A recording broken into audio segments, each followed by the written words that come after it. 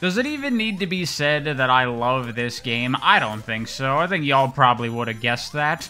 And let me tell you, I've been needing this after covering all those other Sonic games recently, you know, Generations 3DS, Lost World, Sonic 4. I've been needing a palate cleanser and just a chance to play Sonic games that I like, and Sonic Mania, it did the trick real good. I've said many times in past videos when covering 2D Sonic games that I don't absolutely need proper Sonic physics to enjoy a Sonic game, but given the choice, I would always prefer to have them, and finally playing a Sonic game that has those real Sonic physics again, yeah, feels real nice. And it's not just the fact that this game plays like the original Sonic games that makes it so good. These physics are incredibly nuanced and interesting from a platforming gameplay perspective, and they enable all kinds of cool, experimental, player-driven, open-ended play that you don't get in a lot of other platformers, and that's part of the reason I love the Sonic games so much. It's all about maintaining your flow, riding the terrain through its ups and downs, avoiding things that try to slow you down, exploiting what's possible with these physics to find faster and cleaner ways to cut your path through these levels. And the interplay between the physics and mechanics and the level design is literally what makes a Sonic game, in my opinion. And it's a shame so few Sonic games seem to understand this, but Mania understands it. In fact, I would argue that Mania understands it better than the original games did. To cut to the chase, Sonic Mania is a much better game than any of the original Sonic games, and quite frankly, if you think otherwise, you are simply blinded by nostalgia. I mean, not really, I'm obviously joking there, but geez, man, this game is unbelievably good. The level design, in particular, I have to highlight. The levels in this game and their layouts, I put them up there with the likes of Donkey Kong Country Returns, where it's not just good level design, it's not just great level design, it's like genius level design. You can tell that everything was very carefully measured and laid out here extremely thoughtfully, so that the player, if they do everything right, they can line it all up and get through these levels so smoothly. And the things that you're doing, the way that the game asks you to take advantage of the physics, and the way it plays around with stuff is unlike anything you've ever seen in any other Sonic game. It's so incredible, down to the tiniest little things. There'll be just this one little enemy placement that's there, and it seems nondescript at first, but then you realize why that's there and what you can do with that. And those kinds of moments of brilliant design are literally everywhere in Sonic Mania. Of course, you could make the argument that these are not merits of Mania itself, as some of the level design here is taken directly from the old games, but I would argue the old stuff here is the weakest parts of the design. All the best stuff in Sonic Mania is the new things. Speaking of which, Sonic has a new air ability in this game, the Drop Dash, which is quite literally one of the best additions to his moveset they've ever made. And all it is simply the ability to charge a spin dash in the air that will automatically launch the moment you hit the ground. And that doesn't sound like anything that spectacular, but trust me, it absolutely is. As I said earlier, these games are all about maintaining your flow, but kind of one of the problems with the original Sonic games is that if you fail to maintain your flow properly, then they can get kind of clunky and awkward at times. And the Spin Dash was created as one of the alleviations to this issue. If you fail to make a loop or something, then instead of having to slowly build your speed back up, you can just do a Spin Dash and launch yourself back up to speed. And that does work very well, but it still requires the player to kill their flow. You gotta come to a dead stop to use the Spin Dash. And I think that was done as a trade-off. If you want all this instant speed for free, then you're gonna have to do something that doesn't feel very good. But sometimes in Sonic games, you run into situations where the faster thing to do is, even if you're going at a good clip and you have a nice flow going, stop and do a Spin Dash anyway, simply because it will launch you off faster. And that is something I really don't like. Intentionally killing my flow in Sonic for a speed boost feels wrong, but the Drop Dash alleviates this issue, because now you can get that burst of speed without having to come to a stop. And I mean, the proof is in the pudding. You play using the drop dash, and it's so incredibly fun that it's difficult for me to go back to Sonic games where you don't have the drop dash. It feels like such an essential part of Sonic's moveset that not having it now feels weird. Thankfully, it seems like most people feel the same way about the drop dash that I do, because it has become a staple of Sonic's moveset in pretty much every Sonic game after Mania, both official and fan games. It's been added to the original games, both in fan and official versions. The drop dash is clearly here to stay, and I am all for it because I love this move. And they've added a couple other things to Mania as well, like the ability to fly with Sonic and Tails together when you're just one player. That's something you could only do 2 players in Sonic 3 and Knuckles, so that's nice. They've also added some interactions that the elemental shields can do. You can burn wooden bridges with the fire shield, and the electric shield now has a magnetic effect to certain surfaces. And that's all cool stuff, but it's not really anything hugely game-changing. And I don't really need to describe anything else about the gameplay of Sonic Mania, because it's exactly like the original Sonic games. Which, of course, in my opinion, is a very good thing, because I love the original Sonic games. However, in a way, that is part of my problem with Sonic Mania. Not really a criticism I would have for the game, but a lot of people call Sonic Mania the true Sonic 4, and I really don't agree with that, because the original games, 1 to 2 to 3K, they were all building off of the last one, adding more things to the Sonic formula and evolving this type of game. And Sonic Mania really doesn't do that. This game is essentially Sonic 3 and Knuckles again. The overall high-level design is nearly identical to that game, right down to Knuckles being the hard mode playthrough with exclusive areas and levels built just for him.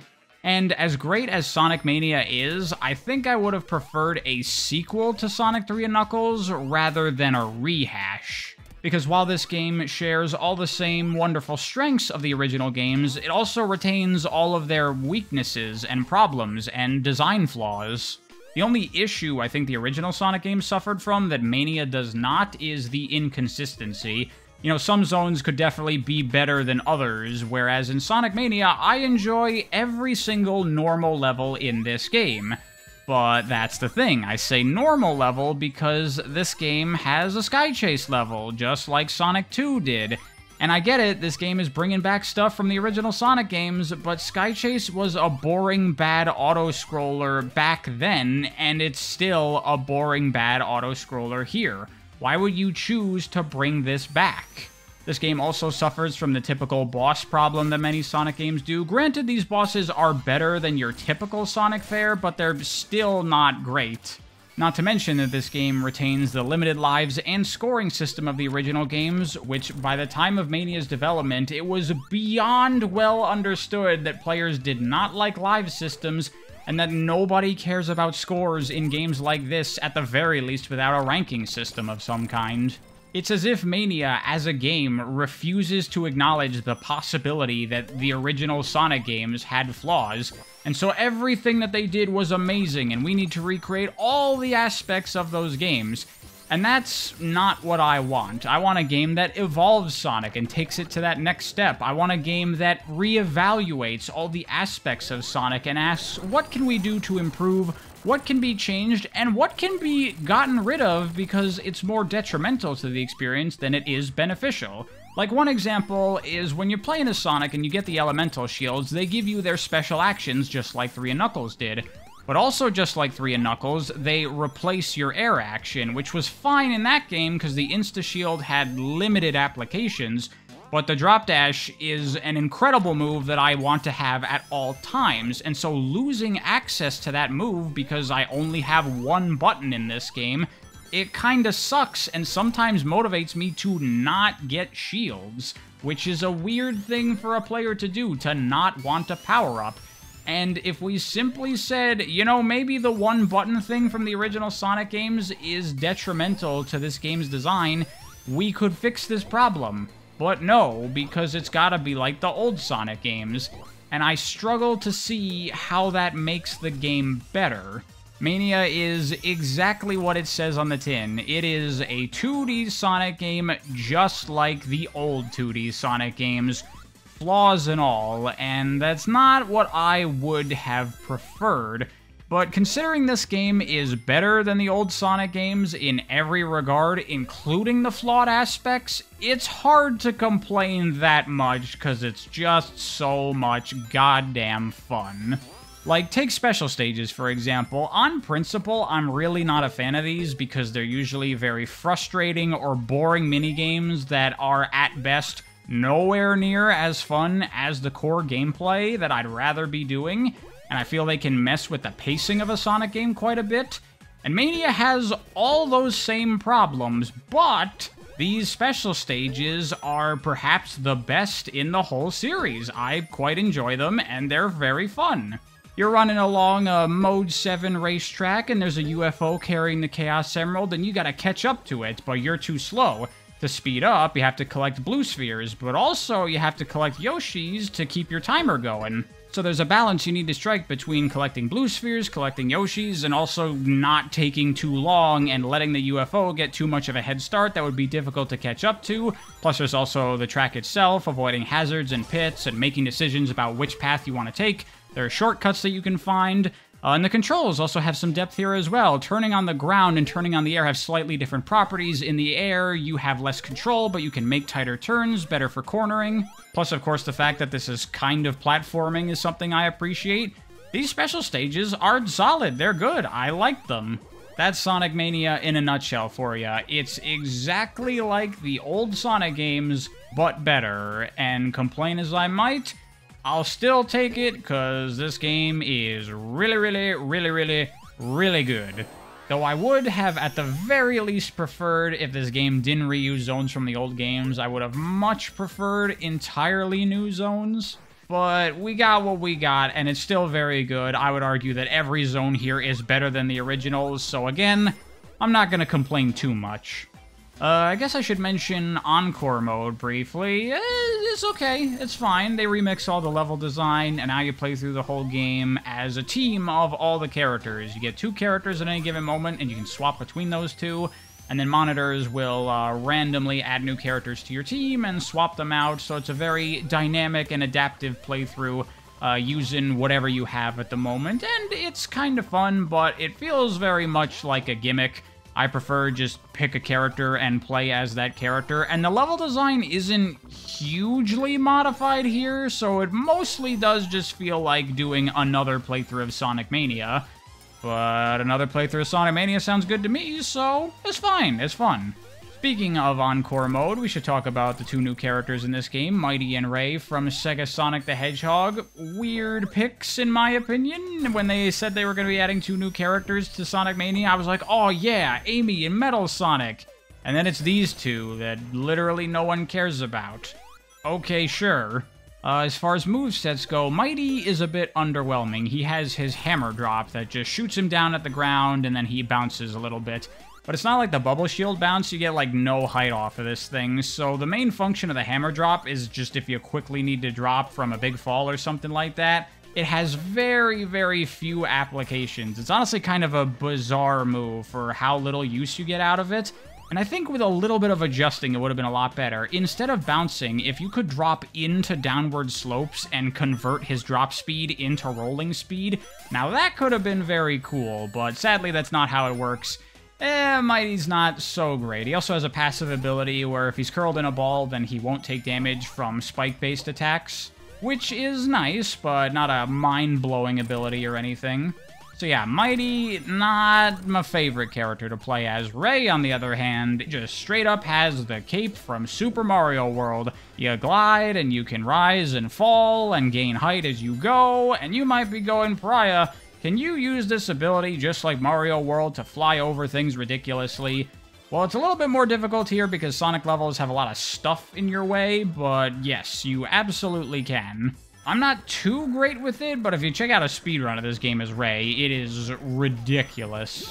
While we're on the topic of characters, there's one other thing I want to talk about, something that I noticed while I was time attacking this game. I think it goes without saying that this game is a fantastically fun time attack, and it's really, really good. However, something I realized about Sonic Mania is these levels seem hyper-optimized specifically for Sonic, and the other characters don't really have a whole lot of utility when playing through these levels quickly.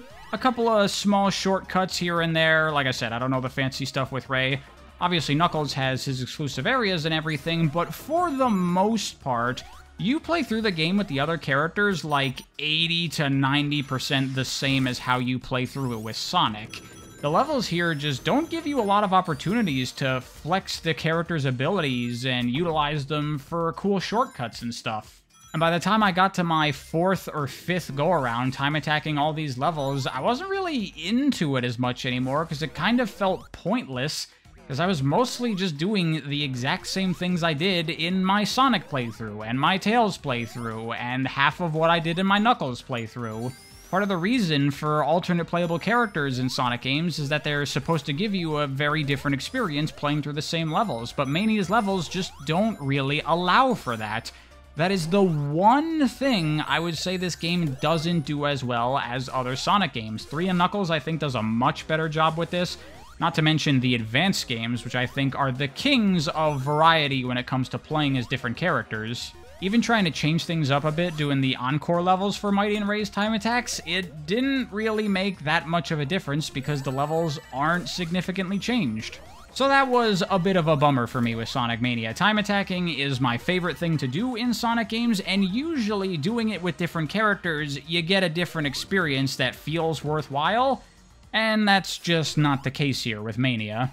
Still though, great game, fantastic, wonderful, super fun, all the good adjectives you could possibly think of. Definitely one of the best Sonic games ever made, easily. Not my personal favorite, but one of my favorites for sure. And obligatory, amazing pixel art, amazing music, blah blah blah, you all know the deal. And I think that's just about everything I have to say about Sonic Mania. Go play Penny's Big Breakaway.